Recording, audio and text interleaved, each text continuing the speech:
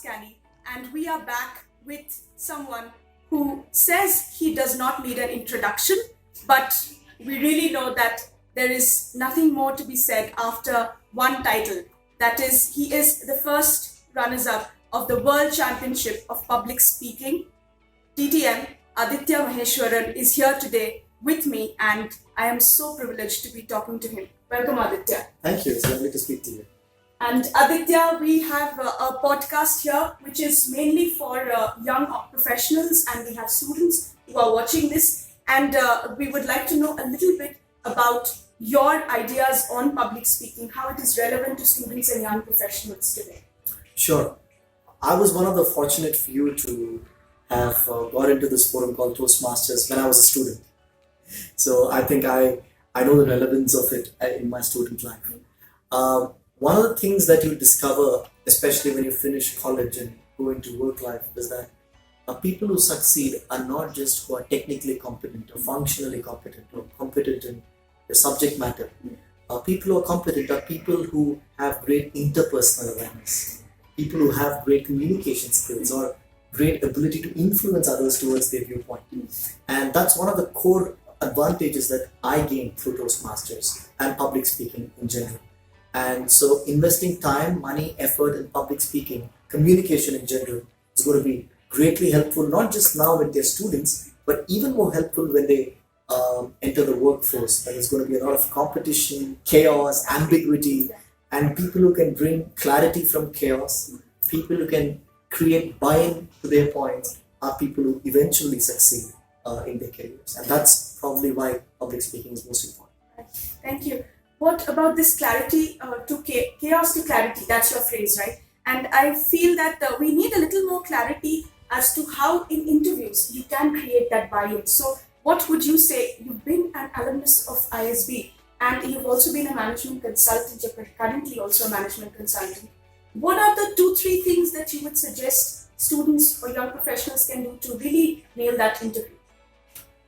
If only we knew the golden formula of interviews, we would all get into our dream jobs. However, one of the mistakes that we often make, not just students but everybody through their lives, especially when we sit in our interviews, is our objective becomes to convey everything about ourselves to the other person. But the objective of the other person is to really know those few things that still linger as doubts in their mind. So if a person can view an interview process from the eyes of the interviewer, it becomes much more easier for him to prepare for an interview. Because he's going to think about, suppose you're talking about ISB and MBA, if somebody applies to an MBA school. The thought of an interviewee, a candidate, is about how do I say all my achievements to the interviewer. But the thought of an interviewer is, what value is this boy or this girl going to add to my batch? What is he going to bring to the table in a classroom? Why is he better or worse than the other similar set of candidates? When you view it from an interviewer's point of view, you realize you don't need to say everything. You've got to talk only about those differentiators at the right time, in the right way. So viewing a process from the lens of the other person becomes much more simpler. And that's when we realize, when we grow up, when we become managers ourselves and start interviewing others, we realize, this is what I actually wanted to hear. I was so stupid when I was young. It becomes too obvious for you. It's not as obvious when you are still on the other side. So as an interviewer, would you say you keep saying this, that play to your strengths in public speaking and in every other phrase of life, but would you say that playing to your strengths is something that can go a little misguided sometimes in interviews? Should you be a little more conservative in approach? Yeah. Playing to your strength, a prerequisite to playing to your strength, first of all, is awareness and maturity. Right? I know I have nice solid hands. Doesn't mean that I keep slapping people. I know where to use it. I know a guy with a hammer views everything as a nail. Right? So that is not playing to a strength. It's not about knowing which nail to hit where. So that's a prerequisite, is maturity and awareness of not just what my strengths are, but where I can leverage them most usefully. And also know, like what Gandalf says in Lord of the Rings, true strength is not about knowing when to draw a sword, but when not to use one. That's called playing wisdom. Beautifully said. And finally, I would just want to know if there are any books or any influencers who have helped you in this journey of public speaking and from whom we can also learn? A lot of them, in fact. I've not had a single mentor or role model as such, but I have a lot of people I've learned, probably even without their knowledge, by watching videos or listening to them from the back bench of a classroom. I had a lot of people I've imbibed a variety of skills from. Regarding books, I read a lot of non-fictions with respect to psychology, management, leadership, philosophy. Some of the books that have really helped me is this book called Happiness Hypothesis, which kind of dissects a lot of what we do without our knowledge. I like the book called Difficulty of Being Good by Guru Charan Das. That was a pretty good book on an interesting take on philosophy. So I believe that when I read more of what I call fundamental books, which talk about fundamental ethics, philosophy, a lot of other knowledge becomes a byproduct. Right? You don't really need to read a book on how to behave in a classroom.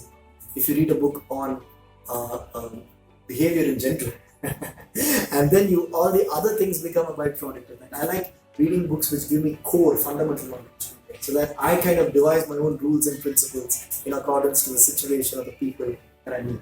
So I've had many role models. I've also been like an eklavya to many people, learning from them, even when they know not that I'm learning from them.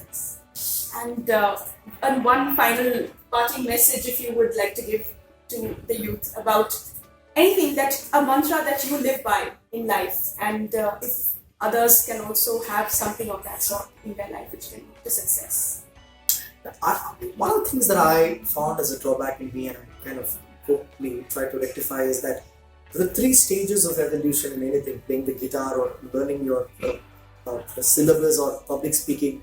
One is knowing, second is understanding, third is becoming. We as an education system, as a nation, as human beings, spend so much time on knowing new things. We assume that knowing more makes you wise. But even if you know 50% of what you know and convert more of these into truly understanding what they mean, it's more value add than reading 100 books.